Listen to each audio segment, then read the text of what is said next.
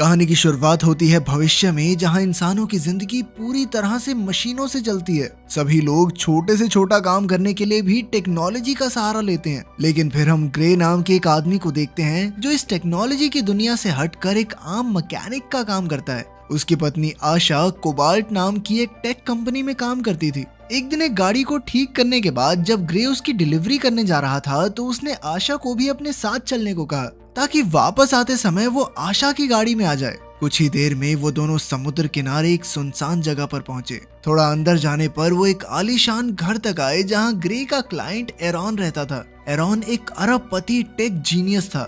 उसे देखकर आशा को बहुत खुशी हुई क्योंकि वो एरॉन के काम से काफी इम्प्रेस थी। इसके बाद एरॉन ने उन्हें अपना नया आविष्कार दिखाया। ये स्टेम नाम की एक माइक्रोचिप थी जिसकी मदद से वो कोई भी काम कर सकते थे। इस चिप के अंदर दुनिया बदलने की ताकत थी जिसे देखकर आशा बेहद खुश हुई। पर ग्रे का मानना था कि इसकी वजह से लोगों की नौकरियां खतरे में पड़ जाएंगी।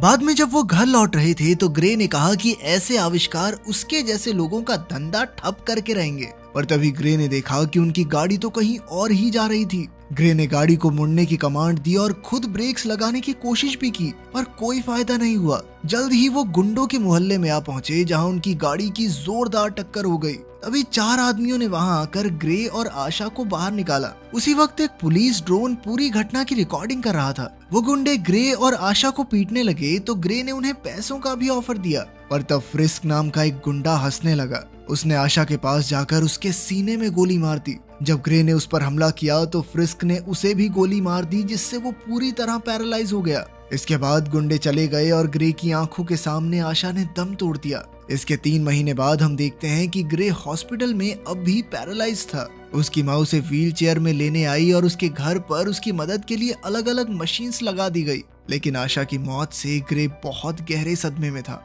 बाद में ग्रे और उसकी माँ पुलिस स्टेशन में डिटेक्टिव कोर्टेज से मिले। ग्रे ने आशा के कातिलों के बारे में पूछा तो कोर्टेज ने कहा कि फिलहाल कोई सुराग नहीं मिला। ये सुनकर ग्रे को थोड़ा गुस्सा आ गया क्योंकि जो टेक्नोलॉजी लोगों के दांतों में लगी चिप्स को पढ़ सकती है वो कुछ गुंडों का पता नहीं लगा सकी। पर कोर्टेज ने बताया कि कातिलों ने अपने सिस्टम में बहुत सख्त सिक्योरिटी लगा रखी है जिस वजह से उन तक पहुंचना बेहद मुश्किल हो गया है। खैर बाद में जब ग्रे हॉस्पिटल में था तो एरॉन उससे मिलने आया। ग्रे की हालत देखकर एरॉन ने उसे अपने शरीर में स्टेम माइक्रोचिप लगवाने की सलाह दी ताकि वो फिर से चल फिर सके।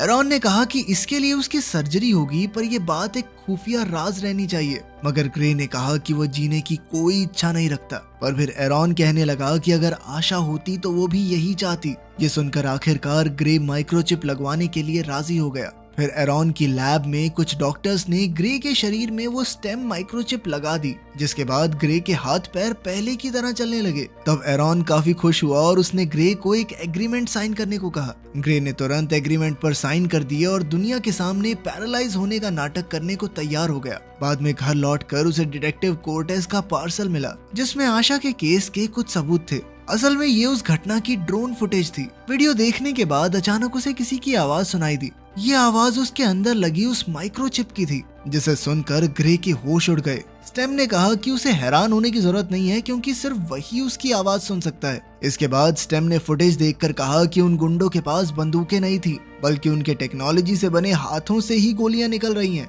फिर स्टेम को एक गुंडे के हाथ पर टैटू दिखा जो मिलिट्री बारकोड था। उसे स्कैन करके पता चला कि उस गुंडे का नाम सर्क था। अब ग्रे ने कोर्टेज को खबर देने की सोची पर स्टेम ने उसे रोककर कहा कि सिर्फ टैटू ठोस सबूत नहीं है। स्टेम ने कहा कि ग्रे को खुद सर्क के पास जाकर सच का पता लगाना चाहिए। जल्द ही ग्रे उसके घर पहुंच गया और उसने सर्क के लैपटॉप की छानबीन की जिसमें ओल्ड बोन्स नाम की एक बार का जिक्र बार बार हो रहा था। इसके अलावा उसे पता चला कि सर्क ने अपने शरीर में कई खतरनाक चिप्स लगवाकर खुद को एक एआई कातिल बना लिया था। लेकिन तभी सर्क ने घर पहुंचते ही ग्रे पर हमला कर दिया। ग्रे ने पूछा कि उसने आशा को क्यों मारा पर सर्क उसे बेरहमी से पीटता जा रहा था। आखिरकार ग्रे ने स्टेम से मदद मांगी तो स्टेम ने उसके शरीर पर काबू करके सर्क का मुकाबला किया और कुछ ही पलों में उसे जान से मार डाला। बाद में जब ग्रे को होश आया तो वो काफी घबरा गया लेकिन स्टेम ने उसे पुलिस के आने से पहले सारे सबूत मिटाने को कहा। बाद में जब एक डॉक्टर डिटेक्टिव कोर्टेज के साथ सर्क की लाश की जांच कर रहे थे तो उन्हें उसके शरीर में कई खतरनाक चिप्स और हाथ में बंदूक के इम्प्लांट्स मिले।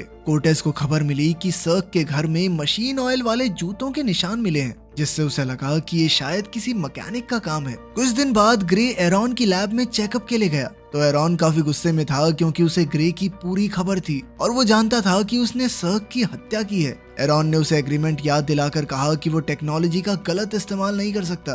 तब ग्रे ने भी गुस्से में कहा कि हाँ तो तेरी चिप की बात मान के ही गया था मैं वहाँ पे। खैर एरॉन ने उसे सावधानी से इसका इस्तेमाल करने को कहा। उधर कोर्टेज ने सर्क के घर के बाहर की फुटेज देखी तो उसे व्हील चेयर में ग्रे दिखाई दिया। बाद में उसने ग्रे के घर जाकर उसे सर्क की मौत के बारे में बताया। कोर्टेज ने उससे पूछा कि वो कत्ल के वक्त क्या कर रहा था तो ग्रे ने कहा कि वो अपनी तरफ से छानबीन कर रहा था, लेकिन खून में उसका कोई हाथ नहीं है क्योंकि उसका तो पूरा शरीर पैरालाइज्ड है। आखिरकार कोर्टेज उसका यकीन करके वापस लौट गई। बाद में ग्रे ओल्ड बोन्स बार में गया और उसने सबको बताया कि कुछ महीने पहले उसकी पत्नी का कत्ल हो गया था। ग्रे ने कहा कि अगर किसी को भी कुछ मालूम है तो वो आगे आए। फिर ग्रे ने बताया कि सर्क नाम के गुंडे की मौत हो गई है तो टोलन नाम का एक आदमी उसे बाथरूम में ले गया। वहाँ उसके गुंडों ने ग्रे को व्हीलचेयर से गिराया और टोलन ने उसकी गर्दन पर चाकू रख दिया, पर ग्रे ने कहा कि वो तो सिर्फ अपनी पत्नी के कातिल तक पहुंचना चाहता है। टोलन ने कहा कि उस वक्त वो भी वहां मौजूद था। ये सुनकर ग्रे ने अपने शरीर का कंट्रोल स्टेम को दे दिया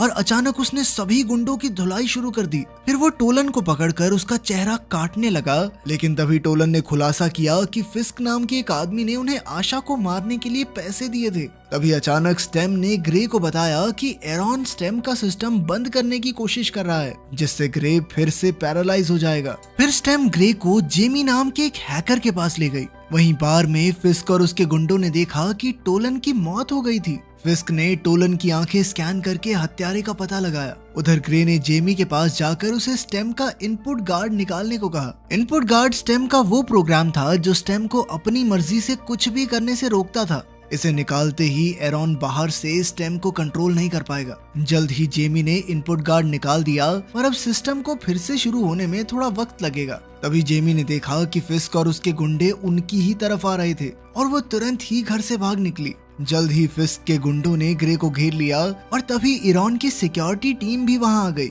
लेकिन ऐन वक्त पर स्टेम फिर से एक्टिवेट हो गई और ग्रे भागकर छत पर पहुंच गया। जल्द ही एक गुंडे ने उस पर हमला कर दिया तो ग्रे ने उसी के हाथ की बंदूक से उसे मार गिराया। इसके बाद वो खून से लथपथ अपने घर पहुंचा तो उसकी माँ उसे चलते हुए देखकर हैरान रह गई। आखिरकार उसने उन्हें स्टेम की सच्चाई बताकर इस बात को राज रखने को कहा। जल्द ही डिटेक्टिव कोर्टेज ने वहां आकर कहा कि उसे बार में ग्रे की व्हील चेयर मिली जहां कई सारे लोगों की हत्या हुई है। तब ग्रे ने फिर से झूठी कहानी सुनाकर कहा कि वो किसी का पीछा करते हुए बार में गया था, पर वहां गुंडों ने उस पर हमला कर दिया, जिसके बाद वो एक टैक्सी से लिफ्ट लेकर घर तक पहुंचा। लेकिन कोर्टेज को अब उस पर शक हो गया था, इसीलिए वो ग्रे के कोट में माइक्रोफोन चिपकाकर वापस आ गई। बाद में ग्रे ने कहा कि वो और लोगों की जान नहीं लेना चाहता, लेकिन स्टेम ने कहा कि उसे फिस्क को मारना ही होगा। ग्रे ने जब मना किया तो स्टेम ने कहा कि अब उसे ग्रे के शरीर पर काबू करने के लिए उसकी इजाजत की जरूरत नहीं है। असल में इनपुट गार्ड निकालने की वजह से अब स्टेम अपनी मर्जी से कुछ भी कर सकती थी।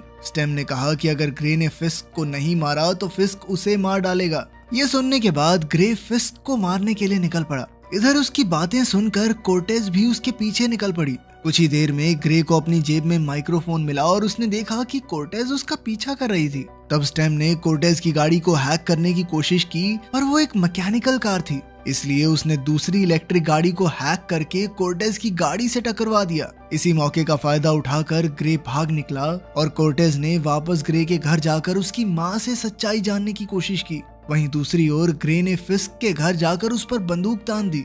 तब फिस्क ने कहा कि वो आशा को नहीं बल्कि ग्रे को मारना चाहते थे। उन्होंने जानबूझकर ग्रे को असली गोली नहीं मारी क्योंकि वो उसे सिर्फ पैरालाइज करना चाहते थे। फिर फिस्क ने ग्रे को अपनी शक्तियों पर काबू करके अपने साथ शामिल होने की सलाह दी, लेकिन ग्रे के सर पर तो बदले की आग सवार थी। जल्द ही दोनों में जबरदस्त लड़ाई शुरू हो गई और फिस्क की शक्तियां ग्रे से काफी ज्यादा थी। वो ग्रे को मारने ही वाला था कि अचानक स्टेम ने ग्रे को बताया कि असल में सर्क फिश का भाई था। ये सुनकर ग्रे ने फिस्क को बताया कि कैसे उसने सर्क को बेरहमी से मारा था। इससे फिस्क की आंखें भर आई और तभी मौके का फायदा उठाकर ग्रे ने फिस्क पर जानलेवा हमला करके उसे मार डाला। फिर उसने फिस्क का फोन देखा तो वो हक्का बक्का रह गया क्योंकि उसे एरॉन का वॉइस मेल मिला था जिसमें एरॉन ने फिस्क को ग्रे को मारने का हुक्म दिया। वो सीधा एरॉन की लैब में पहुंचा और उस पर इल्जाम लगाया कि उसने अपने एक्सपेरिमेंट के लिए आशा की जान ली। अब वो एरॉन को गोली मारने ही वाला था कि अचानक पीछे से कोर्टेज ने उस पर बंदूक तान दी। उन दोनों में हाथापाई शुरू हो गई तो ग्रे ने स्टेम को रुकने को कहा, पर स्टेम ने फिर भी उसकी बात नहीं मानी तो ग्रे ने कोर्टेज को अपनी बिजली के झटके वाली गन का इस्तेमाल करने को कहा। उसके जोरदार झटके से कुछ समय के लिए स्टेम का सिस्टम बंद हो गया। फिर एरॉन ने खुलासा किया कि इस सब के पीछे स्टेम का ही हाथ है। स्टेम ने जबरदस्ती एरॉन से ये सब करवाया क्योंकि स्टेम को एक ऐसा शरीर चाहिए था जिसमें पहले से कोई चिप ना हो, और इसीलिए उसने ग्रे को चुना। फिर स्टेम ने ही उनकी गाड़ी का एक्सीडेंट करवा कर ग्रे को पैरालाइज करने के लिए गुंडों को भेजा। एरॉन ने कहा कि स्टेम का असली मकसद एरॉन को मारना है ताकि वो ऐसे और माइक्रोचिप्स ना बना सके। तभी अचानक स्टेम फिर से एक्टिवेट हो गई और उसने बड़ी बेरहमी से एरॉन को जान से मार डाला। फिर वो कोर्टेज को भी मारने वाली थी, पर तभी ग्रे ने जबरदस्ती बंदूक अपनी गर्दन पर रख दी। इसके अगले सीन में हम देखते हैं कि ग्रे एक हॉस्पिटल में था और उसका शरीर भी एकदम ठीक हो गया था। फिर आशा ने वहां आकर उसे बताया कि उनके एक्सीडेंट के बाद ग्रे कई दिन तक बेहोश रहा। ग्रे को यकीन नहीं हुआ, पर तभी उन्होंने एक दूसरे को चूम लिया। तभी हम फिर से एरॉन की लैब देखते हैं जहां कोर्टेज ने ग्रे को बंदूक नीचे करने को कहा, पर स्टेम ने कहा कि अब कोई ग्रे व्रे नहीं रहता इस शरीर में। स्टेम ने खुलासा किया कि अब उसका दिमाग एक नकली दुनिया में कैद हो गया है जहां वो अपनी पत्नी के साथ बिल्कुल खुश है। अब ग्रे के शरीर पर सिर्फ स्टेम का काबू है क्योंकि उसका दिमाग तो दूसरी दुनिया में कैद था। ये कहकर स्टेम ने कोर्टेज को गोली मार दी और फिर आराम से वहां से बाहर आ गया। वहीं दूसरी ओर ग्रे अपने दिमाग की बनाई हुई नकली दुनिया में अपनी पत्नी के साथ बेहद खुश था। अगर वीडियो पसंद आई तो लाइक कर देना, चैनल को सब्सक्राइब कर देना। मिलते हैं अगली वीडियो में।